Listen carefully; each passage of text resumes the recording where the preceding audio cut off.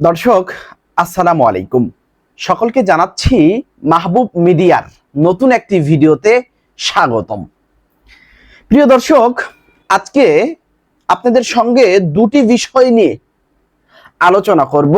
আমি আপনাকে রিকোয়েস্ট করব, দুটি বিষয়ই খুবই গুরুত্বপূর্ণ এবং খুবই গুরুত্বপূর্ণ, খুবই ইম্পর্টেন্ট। নাম্বার ওয়ান বিষয়টা হচ্ছে, আগামী নির্বাচনে কি আওয়ামী লীগ অংশগ্রহণ করবে? নাম্বার ওয়ান, খুবই গুরুত্বপূর্ণ। নাম্বার টু হচ্ছে, আওয়ামী লীগকে কি বাদ দিয়ে ডক্টর ইউনূস নির্বাচন করে ফেলবে? প্রিয় দর্শক, দুটি প্রশ্ন নিয়েই আলোচনা সমালোচনার ঝড় সারা বাংলাদেশে। প্রথম কোশ্চেনটা আমি একটু ব্যতিক্রম ভাবে দেখছি। আগামী নির্বাচনে কি আওয়ামী লীগ অংশগ্রহণ করবে? আমি এক কথায় উত্তর দিব, ডক্টর মোহাম্মদ ইউনূসের অধীনে আওয়ামী লীগ নির্বাচনে অংশগ্রহণ করবে না।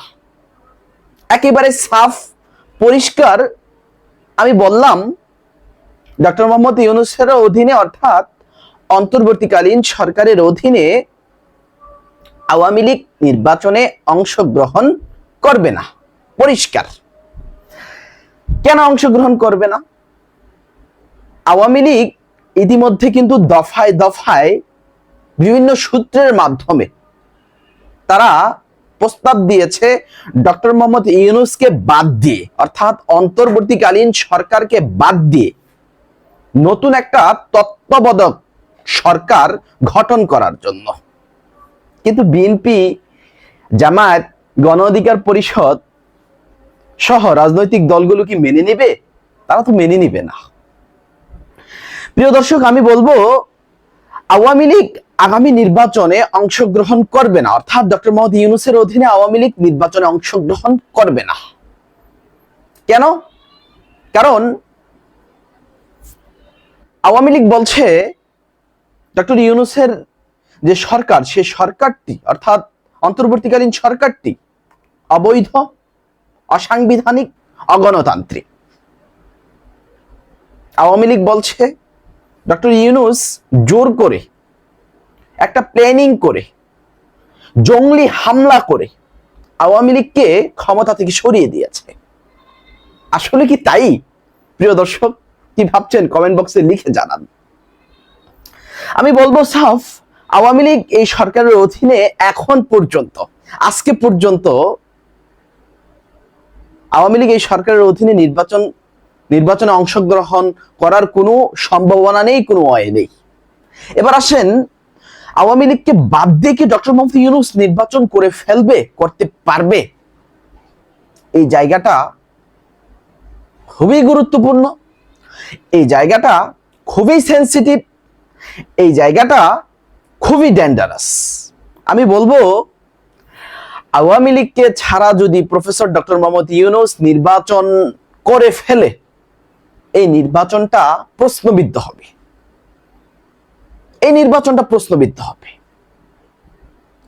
আওয়ামী লীগকে ছাড়া যদি বিএনপিও নির্বাচনে যায়, সেই নির্বাচনে যদি এক্সাম্পল ধরে নেন বিএনপি জয়লাভ করলো, ধরেন 250 আসন পেয়ে বিএনপি পার্লামেন্ট গঠন করলো, পার্লামেন্ট গঠন করে নির্বাচিত হয়ে সরকার গঠন করে বিএনপি কি টিকে থাকতে পারবে? এটাও একটা প্রশ্ন। ডক্টর মোহাম্মদ ইউনূস যদি আওয়ামী লীগকে ছাড়া নির্বাচনটা করে ফেলে,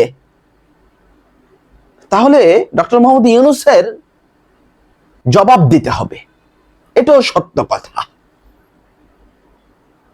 আওয়ামী লীগ কি চাচ্ছে? আওয়ামী লীগ আসলে কি চাচ্ছে? আওয়ামী লীগ চাচ্ছে আওয়ামী লীগকে ডেকে দেশে নিয়ে আসা হোক। দেশে নিয়ে এসে, অর্থাৎ শেখ হাসিনাকে দেশে ফিরিয়ে এনে স্বাভাবিকভাবে রাজনীতি করার সুযোগটা দেওয়া হোক।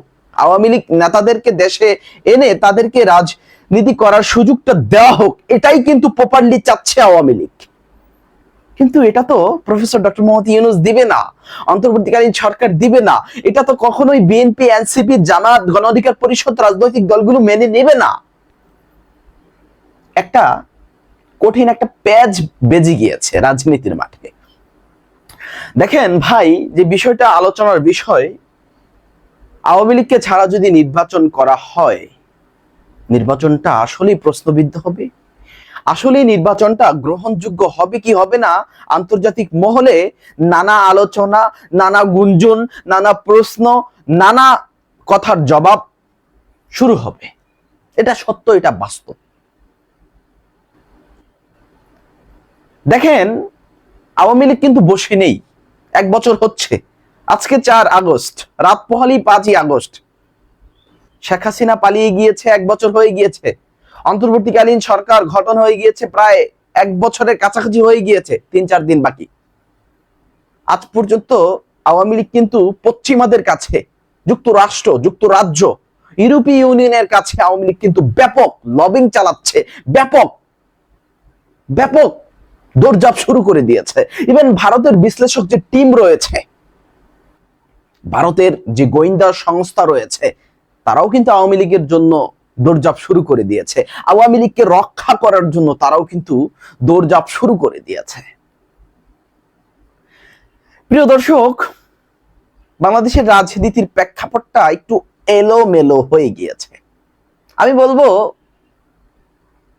এখনই সময়, সকলেই ঐক্যবদ্ধ হন, সকল রাজনৈতিক দলগুলো ঐক্যবদ্ধ হন। প্রফেসর ডক্টর মোহাম্মদ ইউনূসের নেতৃত্বেই সকলে ঐক্যবদ্ধ হয়ে একটা অবাধ সুষ্ঠু নির্বাচন করুন।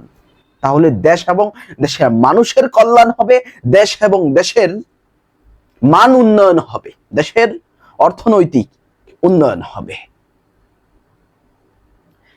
প্রিয় দর্শক, এই দুটি বিষয়ে যদি আলোচনা করি 1 ঘন্টা লাগবে। মূল কথাগুলো আমি বললাম, আসলে কাহিনীগুলো কি, রহস্যগুলো কি। অবশ্যই ভালো লাগলে আপনার মূল্যবান মতামত কমেন্ট বক্সে লিখে আমাদেরকে জানাবেন, চ্যানেলটি সাবস্ক্রাইব করবেন। ধন্যবাদ।